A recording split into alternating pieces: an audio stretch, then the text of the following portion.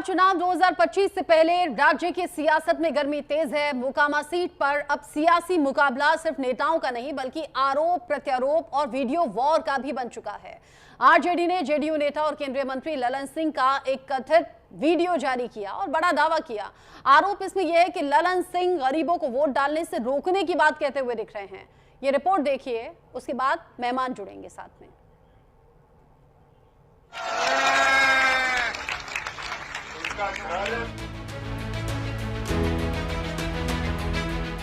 बिहार चुनाव 2025 के मद्देनजर राज्य में राजनीतिक गहमा गहमी तेज है, जिसकी झलक वीडियो वॉर के रूप में भी सामने आ रही है। बिहार की मोकामा सीट, जहां सियासत का पारा इन दिनों चढ़ा हुआ है। राष्ट्रीय जनता दल ने जेडीयू नेता और केंद्रीय मंत्री ललन सिंह का एक कथित वीडियो जारी किया है। वीडियो में ललन सिंह कथित तौर पर कहते हुए सुनाई दे रहे हैं। आरजेडी के अनुसार इस वीडियो में ललन सिंह गरीबों को वोट डालने से रोकने की बात कर रहे हैं। एक नेता तो चुनाव के दिन उनका घर से निकले मत ही हो, उनका घर में पैक कर दीजिए। आप बहुत अगर हाथ जोड़ते तो कही हो कि तू चला हमनी के साथ अपन वोट गिरावा और आके घर में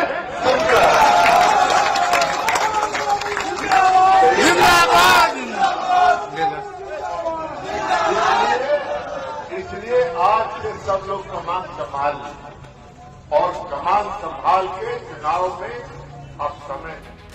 केंद्रीय मंत्री ललन सिंह पर आरजेडी का दावा। आरजेडी ने वीडियो जारी कर दावा किया। ललन सिंह ने कहा, गरीबों को वोट मत डालने दो। ललन सिंह कह रहे हैं कि गरीबों को घर में बंद कर दो, चुनाव आयोग अपने होने के सबूत दे।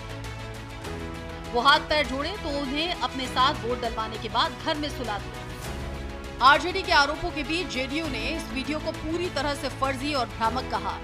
केंद्रीय मंत्री माननीय ललन सिंह जो उस निर्वाचन क्षेत्र के माननीय सांसद हैं और उन्होंने उम्मीदवार बनाया है अनंत सिंह को, तो अनंत सिंह पर कानून के तहत कार्रवाई हुई, कोई बचाव नहीं हुआ। तो उन्होंने जो मंतव्य दिया है उसको तोड़ मरोड़ करके यह कहा है उन्होंने कि एक नेता, नाम नहीं लिया कौन वो नेता है, अगर वोट देने जाए तो उनके साथ आप उनको वोट दिलवा करके नजरबंद कर दीजिएगा। तो लोकतंत्र के अधिकार का हनन भी नहीं किया। चुनाव आयोग का सीधा निर्देश है कि कोई शारीरिक रूप से अस्वस्थ हो, मानसिक रूप से अस्वस्थ व्यक्ति हो, वह चुनाव में वोट डालने जाएगा तो प्रिजाइडिंग पार्टी उसको अनुमति देगा। तो अब राष्ट्रीय जनता दल ऐसे सवाल पर बात का बतंगड़ बना रहा है। तो हम राष्ट्रीय जनता दल से जानना चाहते हैं कि सामाजिक परिवर्तन की किस लड़ाई में राम कृपाल यादव जी कमजोर राजनीतिक कार्यकर्ता है और जेल में बैठा हुआ भागलपुर में दुर्दांत अपराधी रितलाल यादव क्या लालूवाद विचारधारा का अनुयायी है या डॉक्टर राम मनोहर लोहिया के विचारधारा का? पार्टी का कहना है कि विपक्ष चुनावी फायदे के लिए वीडियो मैनिपुलेशन का सहारा ले रहा है। ललन सिंह फिलहाल मोकामा में लगातार प्रचार में जुटे हैं, जहां वो बाहुबली नेता अनंत सिंह के साथ मिलकर वोटर्स को साधने की कोशिश कर रहे हैं। मोकामा की सियासत हमेशा से दिलचस्प रही है। यहाँ भूमिहार और यादव वोट चुनावी गणित का केंद्र रहे हैं। इस बार जेडीयू ने मैदान में अनंत सिंह को उतारा है, जबकि आरजेडी ने सूरजभान सिंह की पत्नी वीणा देवी पर दाव लगाया है, जो खुद भूमिहार समुदाय से आती है। अगर भूमिहार वोट बटा तो यादव भूमिहार गठजोड़ वीणा देवी को बढ़त दिला सकता है। जेल में बंद अनंत, समर्थन में अनंत के जेल जाने के बाद प्रचार में जुटे ललन 3 नवंबर से गांव-गांव जाकर चुनाव प्रचार कर रहे हैं। अनंत सिंह के पक्ष में रोड शो, जनसभाएं हो रही हैं। लोकसभा चुनाव में अनंत सिंह ने ललन सिंह को समर्थन दिया था। उसी समर्थन का कर्ज उतारते हुए दिख रहे हैं ललन सिंह। ललन सिंह और अनंत सिंह के रिश्ते हमेशा सरल नहीं रहे। 2019 में अनंत की पत्नी ने मुंगेर से ललन सिंह के खिलाफ चुनाव लड़ा। 2024 में अनंत सिंह ने वापसी कर ललन सिंह का समर्थन किया। तो मोकामा में आरोप प्रत्यारोप की ये लड़ाई कहां जाकर ठहरती है, ये देखना दिलचस्प होगा। वीडियो सच्चा है या सियासी हथकंडा, फैसला अब चुनाव आयोग और जनता के हाथ में है। Swati Saxena, news India.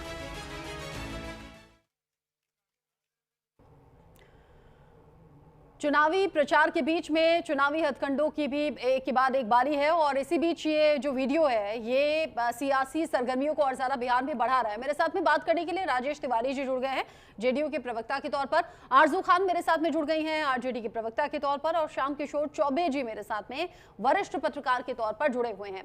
आप सभी का न्यूज इंडिया पर बहुत स्वागत। सबसे पहले राजेश तिवारी जी, आप ही का रुख कर लेती हूँ। जिस तरीके से ललन सिंह का ये वीडियो सामने आया, आरजेडी दावा कर रही है गरीबों को घर में रोकने के लिए ये सब कुछ बोला गया, क्या कहेंगे इस पर आप?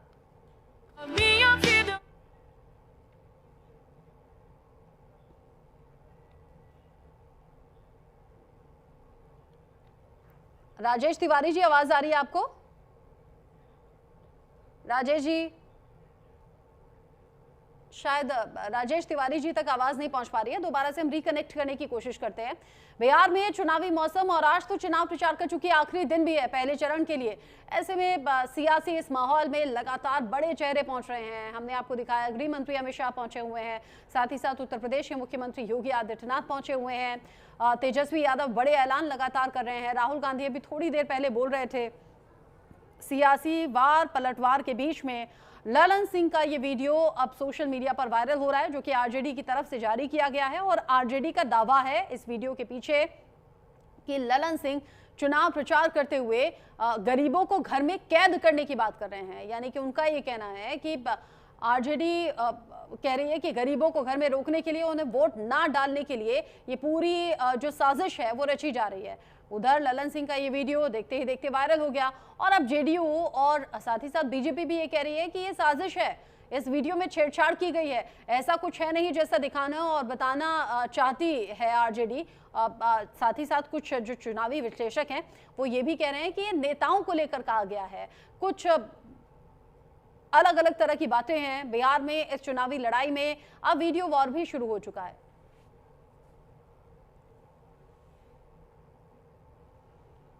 अब जिस तरीके से ललन सिंह का ये वीडियो सामने आया है, सवाल बहुत से हैं। मेरे साथ में राजेश तिवारी जी हैं, आरजू खान जी हैं और साथ ही साथ राजनीतिक विश्लेषक भी मेरे साथ में सीनियर जर्नलिस्ट के तौर पर श्याम किशोर चौबे जी जुड़े हुए हैं। एक बार फिर से स्वागत करूंगी और सबसे पहले सवाल राजेश तिवारी जी आपसे ही, चुनाव के इस मौसम में ललन सिंह का ये वीडियो नुकसान तो नहीं पहुंचा देगा, सच्चाई क्या है इसके पीछे?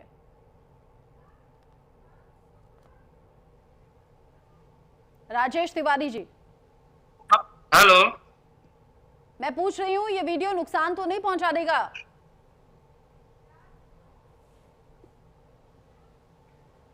राजेश तिवारी जी, आवाज नहीं मिल रही है क्या? राजेश जी तक शायद आवाज नहीं पहुंच पा रही है, कुछ टेक्निकल स्नैग है जिसे दूर करने की कोशिश हम कर लेते हैं। वीडियो वॉर भी अब शुरू हो चुका है, आरोप प्रत्यारोप अभी तक चल ही रहे थे, लेकिन ये थोड़ा सा आधा अधूरा सा वीडियो है जिस पर आरजेडी ये दावा कर रही है। आरजू खान जी, आपको आवाज आ रही है क्या? जी हाँ, आ रही है आपकी आवाज। आरजेडी ने जो वीडियो जारी किया है इसमें दावा ये किया गया है कि गरीबों को घर में कैद करने की बात हो रही है, वोटिंग से रोकने की बात हो रही है, लेकिन इस वीडियो में वो गरीब बोलते हुए तो कहीं सुन नहीं रहे हैं ललन सिंह। किसी को अगर इस प्रदेश में आचार संहिता लागू है, लोकतंत्र का पर्व चल रहा है और किसी को अगर घरों में कैद करने की बात की जा रही है, चाहे वो कोई भी हो, तो आपको क्या लगता है कि ये मैनिपुलेटेड है? भारतीय जनता पार्टी जिस तरीके से बेशर्मी से सियासत कर रही है और देश के प्रधानमंत्री जिस तरीके से जिस गरिमामयी पद पर बैठे हुए हैं उस गरिमा का ख्याल नहीं कर रहे हैं, सड़क छाप भाषा का इस्तेमाल कर रहे हैं। उत्तर प्रदेश के मुख्यमंत्री योगी आदित्यनाथ आते हैं, वो भी अपने संविधान के जिस मतलब मर्यादित जो पद पे बैठे हुए हैं उसकी मर्यादा नहीं रखते हैं। हेमंत विश्व शर्मा अगर नहीं रखते हैं, हेमंत विश्व शर्मा, आवाज बंद करिए ना, ये कहां से आवाज आ रही है? आरजू खान जी बोल रहे हैं और जो बाकी लोग जुड़े हुए हैं वो प्लीज अपने आप को म्यूट कर लें, क्योंकि आप सभी ऑन एयर हैं। अगर आप कुछ भी बोलेंगे तो वो ऑन एयर आवाज जा रही है, प्लीज तो थोड़ा सा डिग्निटी मेंटेन रखिए। आरजू खान जी, अपनी बात पूरी कर लें आप। जी, तो इस तरीके से आप इनसे कैसा ये कर सकती हैं? देश में इस लोकतंत्र को भारतीय जनता पार्टी से, आरएसएस से और साथ में जनता दल यूनाइटेड के नेताओं से खतरा है। जिस तरीके से कनपट्टी और कट्टे की बात की जा रही है, जिस तरीके से AK-47 के साथ दुलार चंद यादव को आचार संहिता लागू है, 50-50, 100-100 गाड़ियों का काफिला लेके अनंत सिंह चल रहे थे और उसके बाद उनको गोलियों से भून दिया गया, उसके बाद उनकी फेफड़ों की नलियां फटी, उनके ऊपर गाड़ी चढ़ाया गया, पसली की हड्डी टूटी, उनकी मौत हो गई। और उसके बाद आप क्या समझती हैं कि election commission, Bharatiya Janata party, RSS इस देश के संविधान को रहने देगी? नहीं रहने देगी। और आम गरीब के लिए तो हम तो शुरू से कह रहे थे कि गरीब वंचित शोषितों की हम बात करते हैं, ये गरीबों के। आप कह रहे हैं कि जो वीडियो जारी किया गया चुनावी इस माहौल में, अगर गरीब सीधे सीधे सुनाई नहीं दे रहा है तो आप कह रहे हैं ये भी तो रूल्स के खिलाफ है कि किसी को घर में रोक देना है, वोटिंग से रोकना है। हालांकि दावा कुछ ऐसा हो रहा है कि ये कहा जा रहा है कुछ खास नेताओं को लेकर जो चुनाव को प्रभावित कर सकते हैं, ये दावा किया जा रहा है। अब सच्चाई क्या है ये तो खुद ललन सिंह बेहतर जानते होंगे। मैं कहता हूं कि सरकार हम उसको जांच भी करवा देंगे, हम उसकी जांच भी करवा देंगे। इनकी परेशानी है ना, दिया है नोटिस, इलेक्शन कमीशन में हम नोटिस दे दिए, लेकिन अलग बात है कि इलेक्शन कमीशन इनके, लेकिन इलेक्शन कमीशन हकीकत ये है ना कि इनकी पैर की जूती बन चुकी है। इलेक्शन कमीशन आचार संहिता लागू है, उसके बाद AK-14 से मार दिया जाता है दुलार चंद यादव को, वो हथियार कहां से आता है? 100 गाड़ियों से लेकर काफिला चलने का इलेक्शन कमीशन को शर्म नहीं आता है? किसने अनुमति दे दिया? अनंत सिंह को। और ये जो इस तरीके की बातें हो रही हैं कि वोटरों को कैद कर दिया जाएगा, घर से बाहर न निकलने दिया जाए, मैं काम करती हूँ, सभी सवालों का जवाब पूछ लेती हूँ। राजेश तिवारी जी, ललन सिंह के वीडियो का सच क्या है, पहले तो आप ये बता दें। अगर वो गरीब नहीं भी है तो किनको घर में कैद करने की बात हो रही है? क्योंकि कहा यह जा रहा है नहीं हमने ऐसा नहीं कहा, तो फिर कैसा कहा और क्यों कहा? देखिए, क्या सच्चाई है ये तो चुनाव आयोग अपना वीडियो का सत्यता जांच करेगा, लेकिन जिस तरह से ये मुद्दा विहीन विपक्ष है, खासकर राजद है, इसमें कहां गरीब की बात आ गई है भैया? किस गरीब की आप बात कर रहे हैं? क्योंकि आप मुद्दा विहीन है, आप मोकामा के चुनाव हार रहे हैं, आप बिहार के चुनाव हार रहे हैं, इसलिए इस तरह का आप काम कर रहे हैं। आप ये बताइए कि जो स्थिति हुआ, जो मोकामा का घटना हुआ, प्रशासन और चुनाव आयोग अपना काम किया, जो उसको उचित लगा काम किया, लेकिन उसका क्या सच है ये तो सब सामने आ जाएगा। और जांच प्रक्रिया चल रहा है, जांच में किस तरह से साजिश रचा गया है, किस तरह से वहां जो दुलार चंद यादव से किनको खतरा था और किनका वोट दुलार चंद यादव काट रहे थे, ये हर कोई जान रहा है। जिस तरह से साजिश कर रहा है, लेकिन हम राजेश तिवारी जी, लोकतंत्र में भरोसा हम भी रखते हैं। मैंने आपसे ये पूछा कि इस वीडियो का सच क्या है। इस वीडियो में अगर जो आरजेडी दावा कर रही है वो नहीं बोला गया है तो फिर क्या बोला गया है? चुनाव जीत जाएंगे या ये हार जाएंगे वो मत बताइए, वो तो जनता तय कर देगी कौन हारेगा कौन जीतेगा। मैं पूछ रही हूँ ललन सिंह के इस वीडियो का सच क्या है? सच आपके सामने है। ललन सिंह जी का जो किसको घर में कैद करने की बात हो रही है, किसको वोटिंग के लिए रोकने की बात हो रही है, कहाँ रोकने की बात हो रही है? अगर जो कोई भी अगर जो कोई उस तरह का अगर जो कोई मानसिक संतुलन खोया, वाह, बहुत खूब, बहुत खूब, बहुत खूब। और झूठ बोलो, और झूठ बोलिए, और झूठ बोलिए। देश की जनता, प्रदेश की जनता सुन रही है। और झूठ बोलिए, मुद्दा विहीन सत्ता पक्ष, मुद्दा विहीन सत्ता पक्ष, कनपटी और कट्टे की बात करने वाली सत्ता पक्ष, इनके पास मुद्दों का अकाल है। भारतीय जनता पार्टी और जनता दल यूनाइटेड के बाद आते हैं, सत्ते की बात करते हैं, बंदर की बात करते हैं, हिंदू मुसलमान की बात करते हैं, रोहिंग्या बांग्लादेश की बात करते हैं, पाकिस्तान की बात करते हैं।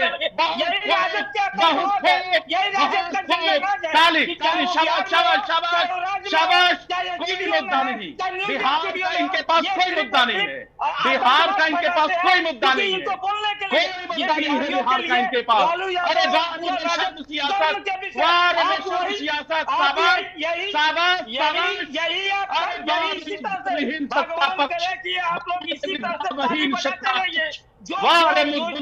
सत्ता पक्ष, आप इसी तरह से इनके पास मुद्दों का अकाल है। और झूठ बोलिए, और झूठ बोलिए, और झूठ बोलिए।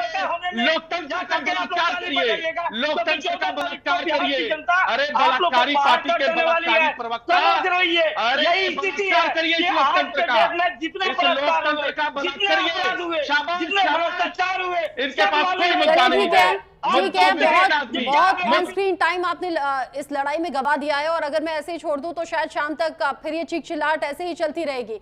मैं एक काम करती हूँ, श्याम किशोर चौबे जी का रुख कर लेती हूँ क्योंकि वो एक सीनियर जर्नलिस्ट भी हैं, उनसे पूछ लेती हूँ। श्याम किशोर जी, जब चुनावी मौसम होता है ना, चुनावी इस मौसम में ऐसे बहुत से वीडियोस हैं जो सामने आते हैं जिससे कि सामने वाले का नुकसान हो या हो सकता है।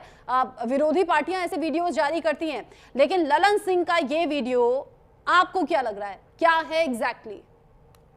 अरे सरकार आपकी है, सरकार शांत रहिए ना आरजू जी, राजेश जी आप दोनों शांत रहिए।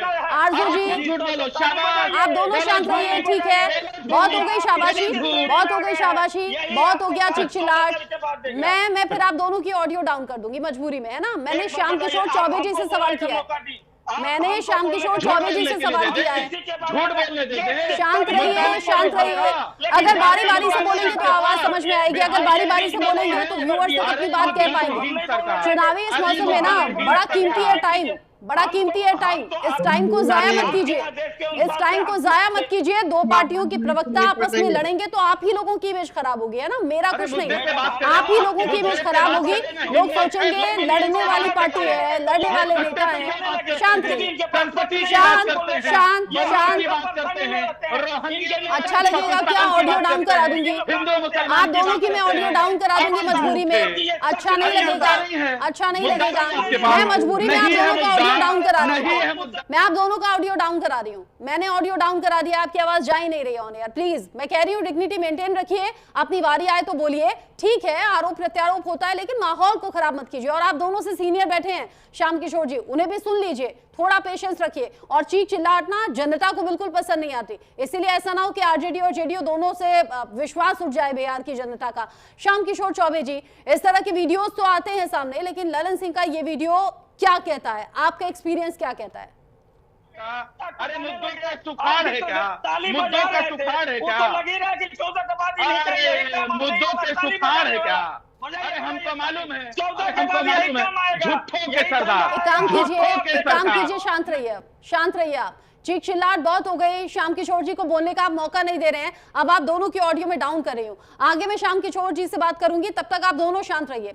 अब चुनावी ये मौसम है और चुनाव से पहले तेजस्वी यादव का मास्टर स्ट्रोक भी सामने आ रहा है, जो कि थमने का नाम नहीं ले रहा। यहाँ चुनाव प्रचार आज शाम थम जाएगा, लेकिन वादे लगातार सामने आ रहे हैं। और मास्टर स्ट्रोक ये है कि प्रचार थमने से पहले तेजस्वी ने कर दिया है बड़ा ऐलान, हर महिला के खाते में 14 जनवरी को 30,000 रुपए भेजे जाएंगे। साथ ही तेजस्वी यादव ने कह दिया कि जनता बदलाव के मूड में है, महागठबंधन की सरकार बनने जा रही है, माताओं बहनों का विशेष ध्यान रखा जा रहा है। 30,000 रुपए दिए जाएंगे, वो भी मकर संक्रांति के दिन, यानी कि 14 जनवरी को खाते में 30,000 रुपए आएंगे। किसानों को सिंचाई के लिए मुफ्त बिजली दी जाएगी। बिहार में इस बार परिवर्तन होकर रहेगा। तेजस्वी ने ये बड़े वादे कर दिए हैं, वो भी चुनाव से ठीक पहले।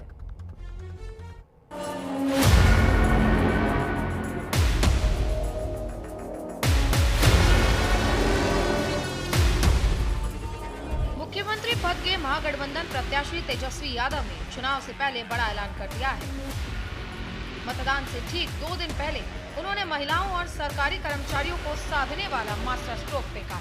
विधानसभा चुनाव में सत्ता में आने पर महिलाओं को एक बार में 30,000 रुपए की मदद का ऐलान भी कर दिया है। तेजस्वी ने इसी के साथ किसानों को मुफ्त बिजली देने का भी वादा किया। माताओं बहनों को 30,000 रुपए देंगे। संक्रांति के दिन ये पैसे खाते में चले जाएंगे। बहनों के खाते में 1 साल का पूरा पैसा एक साथ ही डाल देंगे। किसानों को सिंचाई के लिए मुफ्त बिजली भी देंगे। सरकार प्रति यूनिट 55 पैसे लेती है, हम इसे 0 कर देंगे। पैक्स के मैनेजरों को सम्मान राशि भी दिया जाएगा। इतना ही नहीं, बिहार में इस बार परिवर्तन आएगा। ध्यान बनाने का है हमारा। आज जो हम लोगों ने किसानों को लेकर के जो घोषणा की है, हम मुकेश सहनी जी पूरे महागठबंधन के लोग, सरकार बनेगी तो जो सिंचाई के लिए जो बिजली लगता है किसानों को, उस बिजली को जो है हम लोग मुफ्त करेंगे किसानों को। सिंचाई के लिए जितने आपके पैक्स है उन सबको जो है जनप्रतिनिधि का दर्जा भी दिया जाएगा। और जो गेहूं और धान जो लिया जाता है, जो MSP जो है धान का एमएसपी के अतिरिक्त 300 रुपए और गेहूं का एमएसपी के अतिरिक्त 400 रुपए जो हम लोग करेंगे। और मकर संक्रांति के दिन खरवास के ठीक बाद यानी 14 जनवरी को माँ बहन मान योजना के तहत 30,000 रुपया माताओं और बहनों के खाते में 14 जनवरी को हम लोग डालेंगे। केंद्रीय मंत्री बता दें कि पिछले हफ्ते तेजस्वी यादव ने दावा किया था कि विपक्षी महागठबंधन अगली सरकार जरूर बनाएगा और नतीजों के 4 दिन बाद शपथ ग्रहण होगा। बता दें कि तेजस्वी यादव के ये सारे ऐलान बिहार चुनाव के पहले चरण की वोटिंग से ठीक 2 दिन पहले आए हैं। तेजस्वी का मास्टर स्ट्रोक कितना सटीक होता है, ये अब देखने वाली बात होगी।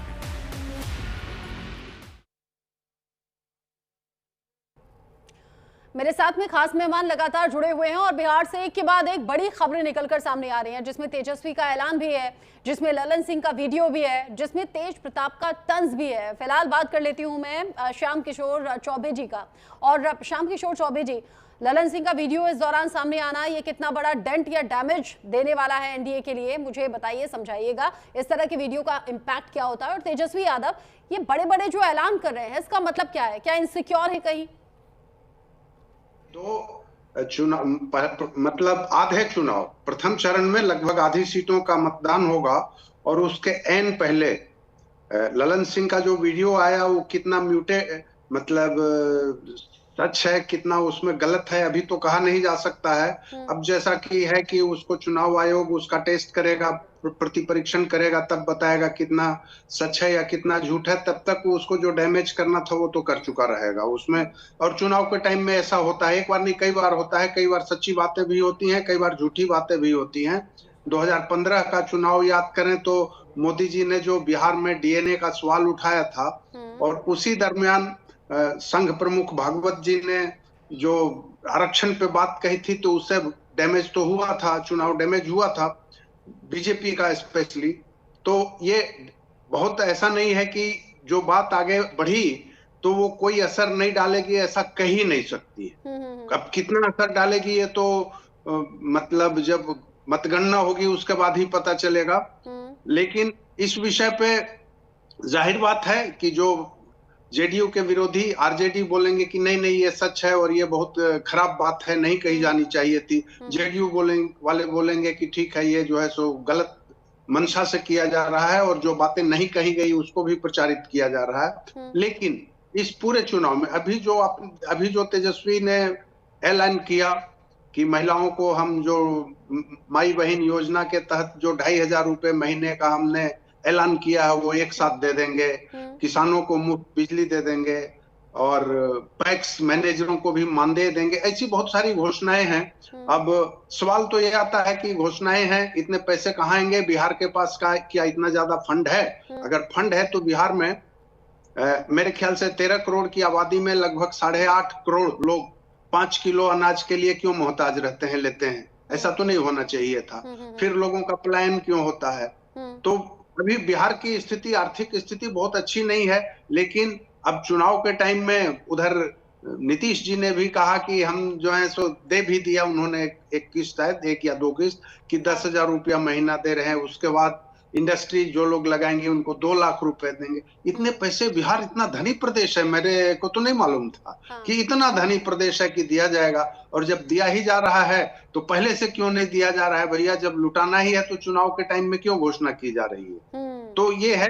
और इस पूरे चुनाव प्रक्रिया में एक सवाल तो बनता है, अब भी शासन किसका है? बिहार पे अब भी शासन किसका है? मेरी ये अभी जो है सो एनडीए का शासन तो नहीं है, सीधी सी बात है। अभी शासन प्रशासन चुनाव आयोग के अंदर है। चुनाव वहां जो घटनाएं हो रही है उसके लिए चुनाव आयोग क्या कर रहा है और कर रहा है तो लेट से क्यों कर रहा है? मुकदमा की जो घटना हुई उसके बाद इमीडिएट एक्शन क्यों नहीं हुआ?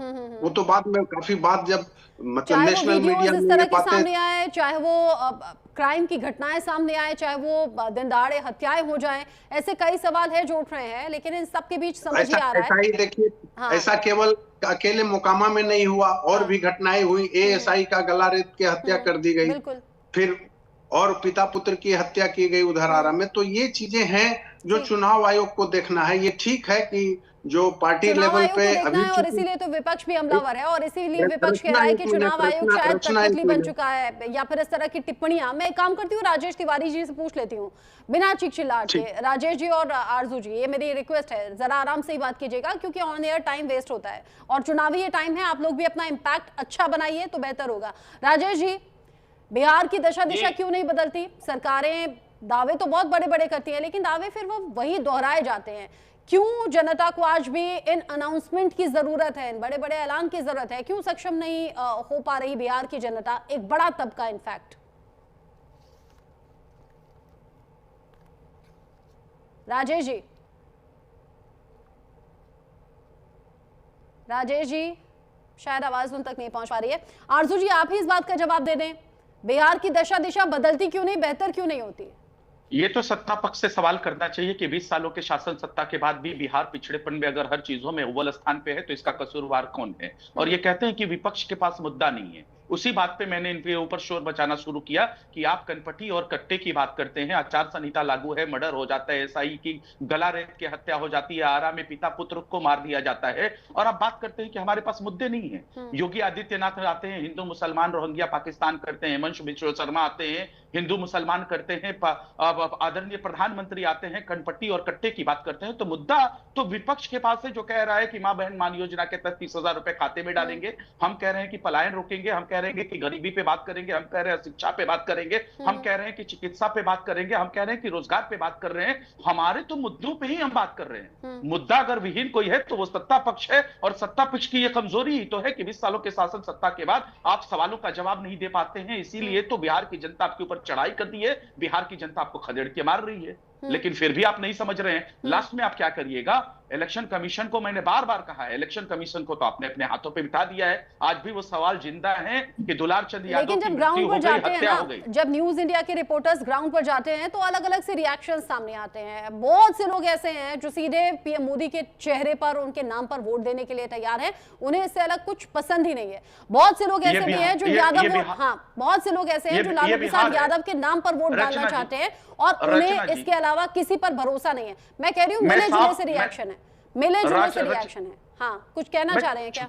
जी, मैं छोटा सा बस एक करके कमेंट हटता हूं। बिहार की जनता बिहार के 20 सालों के शासन सत्ता पे विश्वास नहीं करती है। वो उनसे सवाल कर रही है। आदरणीय मोदी जी लगातार आते हैं, विश्व की सबसे बड़ी पार्टी, लेकिन पिछलग्गू पार्टी बनते हैं। ये बिहार की जनता का स्पष्ट जनादेश है।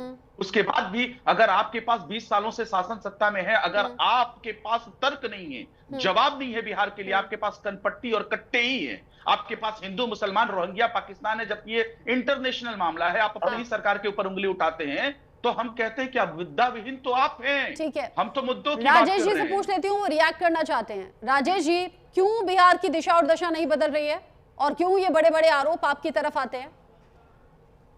ये कौन कह रहा है कि दशा दिशा नहीं बदल रही है और नहीं बदली है? 20 वर्षों में बिहार की जितनी दशा और दिशा बदली है उसको ये विपक्ष पचा नहीं पा रहे हैं, क्योंकि ये जंगल राज वाले हैं। आप एक बात बताइए, चले गए 20 साल 40 साल पीछे, चले गए 40 साल पीछे। 20 साल का हिसाब नहीं, 20 साल का हिसाब नहीं, स्वास्थ्य सेवाएं बेहतर हो गई है क्या? पुल टूटने बंद हो गए हैं क्या? गांव तक सड़क पहुंच रही है क्या? लोगों के पास कमाई का साधन आ गया है क्या? बताइए। आप 40 साल पीछे क्यों गए राजेश जी? आप 40 साल पीछे क्यों गए? आप आज के बिहार की जनता 20 साल का हिसाब मांगती है, आप हिसाब नहीं देते। 40 साल पीछे क्यों जाते हैं? आप 40 साल पीछे क्यों जाते हैं? आपके पास मुद्दों का अकल है, शब्दों का भाव है, चयन की परेशानी है। आप समझ करिए 25 में 2025 में आज 5 तारीख को हम लोग कैंडिडेट कर रहे हैं।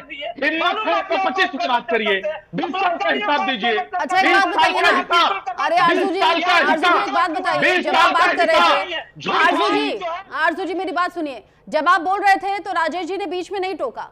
जब आप बात कर रहे थे तो राजेश जी ने बीच में नहीं टोका। जब उनकी बारी आए उन्हें बोलने तो दीजिए, कम से कम अपनी सफाई में कुछ कहें तो सही। वो बोल ले तो रिएक्ट कीजिएगा। ये मतलब चूहे बिल्ली वाली लड़ाई नहीं हो रही ना। वो बोलते हैं, आप फिर से बीच में आ जाते हैं, फिर से बोलने लगते हैं। जब आप बोल रहे थे वो शांति से सुन रहे थे, ठीक है। मुझे मजबूरी में आप लोगों का ऑडियो डाउन करना पड़ा है, जो अच्छा नहीं लग रहा। ऑन स्क्रीन अच्छी नहीं लग रही है लड़ाई।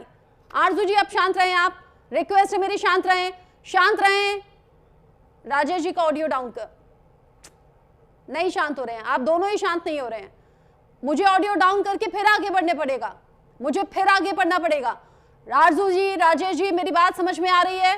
नहीं समझ में आ रही है। ये जो बिहार में चुनावी घमासान है ना, ये घमासान अब टीवी स्क्रीन पर लाइव डिबेट्स में भी नजर आ रहा है। एक तरफ आरजू खान जी हैं जो चीख चिल्ला रहे हैं, उधर राजेश तिवारी जी हैं जो चीख चिल्ला रहे हैं, और बिहार की जनता इन तस्वीरों को देख रही है, बिहार की जनता इन बातों को सुन रही है, बिहार की जनता ये जानती है कि आपस में लड़ेंगे, नुकसान फिर से हमारा होगा। इसीलिए बहुत सोच समझकर बिहार की जनता इस बार सरकार चुनने वाली है, अपनी मनपसंद पार्टी को वोट डालने वाली है, जिस पर वो भरोसा कर सके, जो जाने कि आपस में लड़ेंगे नहीं, हमारा कुछ भला हो जाएगा। मैं श्याम किशोर जी का रुख करती, लेकिन चिक चिल्लाहट बहुत ज्यादा है, इसलिए आगे एक दूसरी खबर भी है, उसे ले लेते हैं। तेज प्रताप यादव जो कि चुनावी इस माहौल में लगातार हमले कर रहे हैं, अपने परिवार से अलग हो ही गए हैं। तेजस्वी यादव को लेकर उन्होंने जुबानी हमला बोला है। तेजस्वी यादव को कह दिया है अभी बच्चे हैं। तेज प्रताप कह रहे हैं वो तो बच्चे हैं, चुनाव के बाद उन्हें झुंझुना पकड़ा देंगे, यानी अपने छोटे भाई के लिए तेज प्रताप यादव ने इस भाषा का इस्तेमाल किया है। पढ़ने दीजिए, अभी बच्चा है वो, चुनाव बाद उसको झुंझुना पकड़ाएंगे। बिहार विधानसभा चुनाव के पहले चरण के मतदान से ठीक पहले राज्य की राजनीति में हलचल जारी है। इधर आरजेडी से निकाले जाने के बाद चुनाव लड़ रहे तेज प्रताप यादव ने अपने छोटे भाई तेजस्वी यादव पर तीखा हमला बोला। तेज प्रताप ने मीडिया से बातचीत में कहा, तेजस्वी अभी बच्चा है, चुनाव के बाद हम उसे झुंझुना थमा देंगे। तेज प्रताप ने ये भी कहा कि अगर तेजस्वी उनके इलाके में प्रचार करने आएंगे तो वो भी राघोपुर जाएंगे। माँ और दीदी आशीर्वाद दे रही है, लेकिन भाई आपके खिलाफ प्रचार कर रहे हैं। तो करने दीजिए, अभी बच्चा है वो, चुनाव बाद उसको झुंझुना पकड़ाएंगे। तेज प्रताप यादव महुआ सीट से जनशक्ति जनता दल के उम्मीदवार के रूप में चुनाव लड़ रहे हैं, जबकि तेजस्वी यादव राघोपुर से आरजेडी के उम्मीदवार हैं। दोनों सीटें पार्टी के लिए अहम मानी जाती हैं और इन पर पूरे राज्य की नजरें टिकी हुई हैं। पहले चरण के मतदान में कई प्रमुख उम्मीदवारों की किस्मत ईवीएम में बंद हो जाएगी। इस बीच यादव परिवार में चल रही खींचतान ने चुनावी माहौल को और गर्म कर दिया है।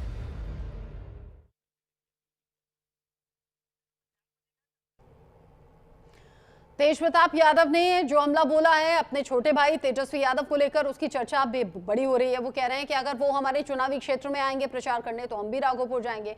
साथ ही ये कह दिया वो अभी बच्चे हैं, उन्हें चुनाव के बाद में झुंझुना थमा देंगे। अब ये इस तरह के बयान जो हैं वो भी लोगों के बीच में बड़े सोचने का विषय हो जाते हैं, और मुझे लगता है आरजू खान जी से मैं इसका सवाल का जवाब दूं, लेकिन उससे पहले चूंकि पिछले खबर को लेकर जब हम बात कर रहे थे, श्याम किशोर चौबे जी को कुछ बोलने नहीं दिया था, और आप दोनों से मैं फिर से रिक्वेस्ट कर रही हूँ, ये अच्छा नहीं लगता ऑन एयर मुझे आप दोनों की ऑडियो डाउन करानी पड़ती है। आप लोग सिर्फ ऐसे लिपसिंग करते करते करते मुंह चलाते हुए देखते हैं, आपकी आवाज जाती नहीं है। आप दोनों शांत रहें। और राजेश जी अभी मैं बोल रही हूँ, राजेश जी अभी मैं बोल रही हूँ, चीख चिल्लाहट नहीं, मैं अभी बात कर रही हूँ, मैं अभी बोल रही हूँ, आप बोलिएगा जब आपकी बारी आएगी। और आरजू खान जी स्पेशली मैं आपको बोल रही हूँ, जब राजेश तिवारी जी बात करते हैं तो बीच में इंटरप्ट नहीं करेंगे, जब आप बोलते हैं तो वो शांति से सुनते हैं। प्लीज डिग्निटी मेंटेन रखेंगे तो आगे डिस्कशन करना इजी होगा। ये ऑन एयर अच्छा नहीं लगता, बहुत अजीब लगता है जब राजेश तिवारी जी बोले तो बीच में इंटरप्ट मत कीजिए। हाँ, वो आपकी बोलने में बीच में बोले तो जरूर कीजिएगा। अब मेरा सवाल है श्याम किशोर जी से। श्याम किशोर जी, तेजस्वी यादव का इनसिक्योर होना क्या दिखाता है? तेजस्वी और तेज प्रताप यादव के बीच के जुबानी तीर क्या दिखाते हैं? और अगर आरजेडी से अलग हो गए तेज प्रताप, परिवार से अलग हो गए, तो ये भी एक बड़ा डेंट होगा क्या? एक तरफ तेज प्रताप के समर्थक, दूसरी तरफ तेजस्वी के समर्थक, लालू के समर्थक। देखिए, इसमें डेंट तो होगा, ऐसा नहीं है कि बिल्कुल नहीं होगा, लेकिन पॉलिटिकली जो अभी पिछले 5-10 वर्षों में जो पॉलिटिक्स बिहार की रही हमारे यहाँ, उसमें तेजस्वी अपर हैंड में रहे हैं, हमेशा अपर हैंड में रहे हैं।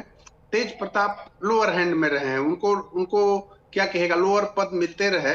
और तेज प्रताप स्वांग जो रचते रहे कि कभी कृष्ण बने, कभी शिव बने, कभी कुछ बने, और जो वो बोलते रहे हैं थोड़ा उटपटांग बातें, लेकिन इस बार के चुनाव में वैसा कुछ नहीं है। इस बार बड़ा मैच्योर तरीके से बोल रहे हैं। और अभी जो उन्होंने कहा, दो बातें स्पेशली, कि अगर हमारे चुनाव क्षेत्र में प्रचार करने तेजस्वी आएंगे तो हम भी राघोपुर जाएंगे, पहली बात। दूसरी बात कि वो अभी बच्चा है, चुनाव बाद उनको झुंझुना पकड़ा देंगे। तो दोनों बातों में कोई श्याम किशोर जी एक सेकंड, एक बड़ी खबर आ गई है। केंद्रीय मंत्री ललन सिंह के खिलाफ एफआईआर दर्ज हो गई। आरजेडी ने ललन सिंह का वीडियो जारी किया था और इसी को लेकर ये एफआईआर दर्ज हुई है।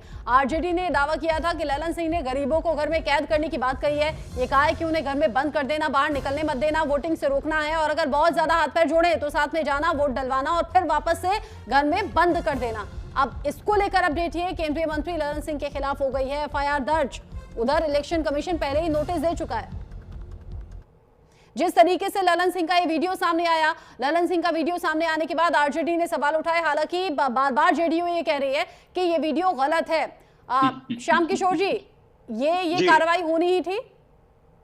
ये कार्रवाई तो होनी थी, ये तो नेचुरल कार्रवाई है ना। चुनाव के दौरान नेताओं पे आचार संहिता उल्लंघन का कुछ मामला तो दर्ज होता रहता है, वो बहुत वैल्यू नहीं करता है। बाद में कुछ केसेस में ही देखिए, आचार संहिता के मामले में कभी किसी केस में कुछ फाइनल सजा होती है, अल्टीमेटली वो खत्म ही हो जाता है किसी न किसी रूप में। लेकिन सवाल ये है कि जो 2 दिन बाद वोटिंग है या उसके बाद की जो वोटिंग है उस पर इसका कितना इम्पैक्ट पड़ेगा। बाकी चीजें तो एफआईआर हो गई है और चुनाव आयोग कुछ एक्शन लेगा तो जो लेगा वो अलग की चीज है, या नहीं लेगा।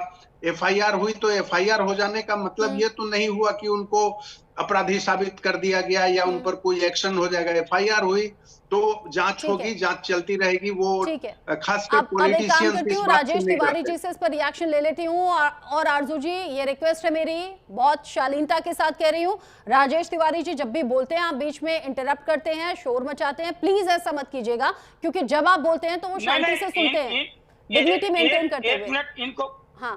इनको बोलने दीजिए, क्योंकि हम इनके बाद बोलने नहीं देंगे। सिंपल सी बात है। कोई बात नहीं। हम जब बोलना, मैं चाहती हूँ मेरी डिबेट में चीख चिल्लाहट ना हो। मैं चाहती हूँ मेरे चैनल पर डिबेट में ये चीख चिल्लाहट ना हो। आप बाहर कीजिएगा। 40 मिनट समय बीत चुका है, 40 मिनट समय बीत चुका है, तभी तक आप कंट्रोल कर नहीं पाई। अब क्या आप कंट्रोल? मैं सिर्फ बोल सकती हूँ ना, आप लोगों को जैसा तो नहीं कह सकती ना, मैं बोल सकती हूँ। और अगर मेरी रिक्वेस्ट नहीं मानेंगे तो मुझे पता है आगे क्या करना है, मुझे पता है आगे क्या करना है। मैं ऑडियो डाउन ही करा सकती हूँ। आपने मेरी बात नहीं मानी, उन्होंने मेरी बात नहीं मानी, दोनों एक साथ चीख चिल्ला रहे थे। मेरे लिए दोनों सेम है, मेरे लिए दोनों सेम है, मेरे लिए दोनों सेम है। अब आप शांति से अपनी बात कहिए। बस हो गया, बस हो गया। शांति से अपनी बात कहिए जो मैंने पूछा है। ललन सिंह पर एफआईआर दर्ज हो गई है, इस पर जवाब दीजिए। ललन सिंह पर एफआईआर दर्ज हो गई है, बताइए।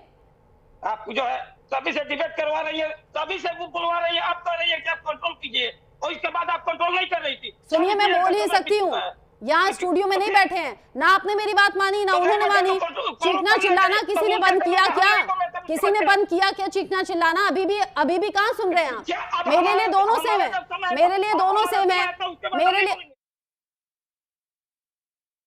कि आपके साथ एक सीनियर जर्नलिस्ट बैठा हुआ है। श्याम किशोर जी कितने सीनियर हैं आप दोनों से, आप तो उसकी भी कोई परवाह नहीं कर रहे। चुनावी मौसम में बड़ा सॉफ्ट रहना चाहिए आपको, बड़ा डिग्निटी में रहना चाहिए। कोई नहीं रह रहा है, कोई नहीं रह रहा है, ये भी देखती है जनता। ठीक है, अब मुझसे बहस में टाइम मत जाइए, मुझसे बहस में टाइम मत गवाइए, अपनी बात कहिए।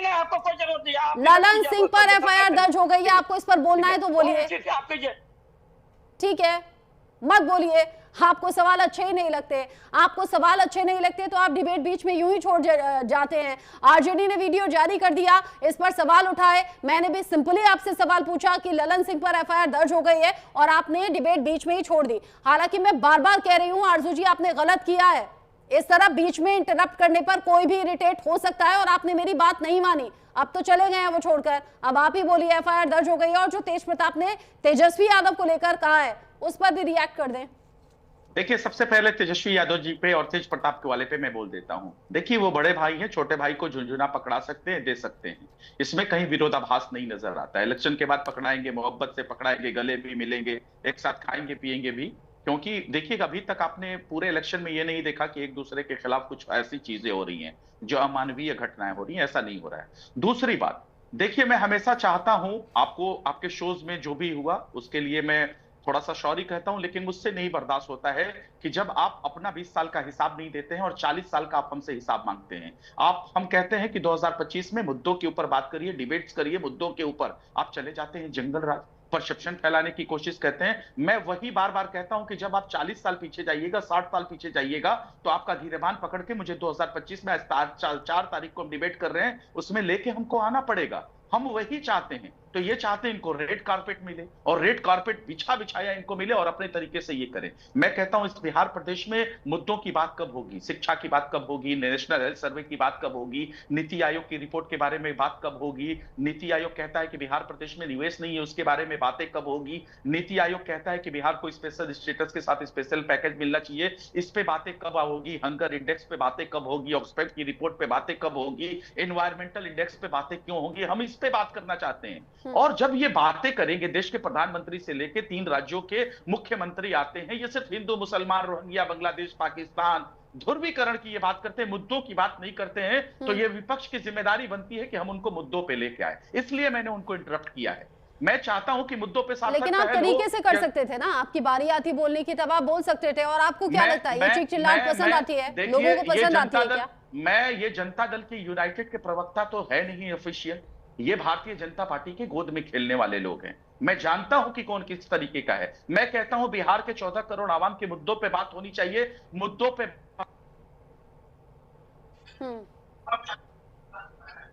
ठीक है, मुद्दों पर बात होनी चाहिए, बट मुद्दों पर बात हुई कहां? ये सिर्फ आपसी लड़ाई बन गई, चीख चिल्लाहट हो गई। श्याम किशोर चौबे जी, ये चीख चिल्लाहट पसंद आती है क्या लोगों को? बिल्कुल नहीं, बिल्कुल नहीं, कतई नहीं, लोगों को पसंद नहीं आती है। अगर लेकिन है क्या कि खास करके स्पेशली चुनाव के टाइम में जो राजनीतिक नेता होते हैं, हाँ। वो राजनीतिक पार्टियों के जो प्रवक्ता होते हैं, नेता हाँ। होते हैं, वो बड़ा ये थोड़ा क्या कहिएगा कि बहुत ज्यादा संवेदनशील हो जाते हैं। हाँ। एक बात भी बर्दाश्त नहीं कर पाते हैं, सुन नहीं पाते हैं, पूरी बात तक नहीं सुनने को राजी होते हैं। अग्रेशन पर कंट्रोल रखना भी बहुत बड़ी क्वालिटी होती है नेताओं की, जो होना चाहिए, जो अभी मुझे इस डिबेट में तो नहीं दिखा। खैर अभी के लिए शुक्रिया करूंगी मैं, टाइम मेरे पास नहीं है। श्याम किशोर शर्मा जी, आरजू खान जी, साथ ही राजेश कि राजनेता बड़े सहनशील हुआ करते हैं। बिल्कुल, होना भी चाहिए, पेशेंस बहुत होना चाहिए, क्योंकि नेताओं के लिए पेशेंस अगर नहीं होगा तो फिर वो उजुल बयान भी देंगे और फिर वो इसी तरीके से ट्रोल भी होंगे। अभी के लिए आरजू जी, साथ ही राजेश तिवारी जी जुड़े थे साथ में, और साथ ही श्याम किशोर चौबे जी, बहुत शुक्रिया आप सभी का साथ में जुड़ने के लिए।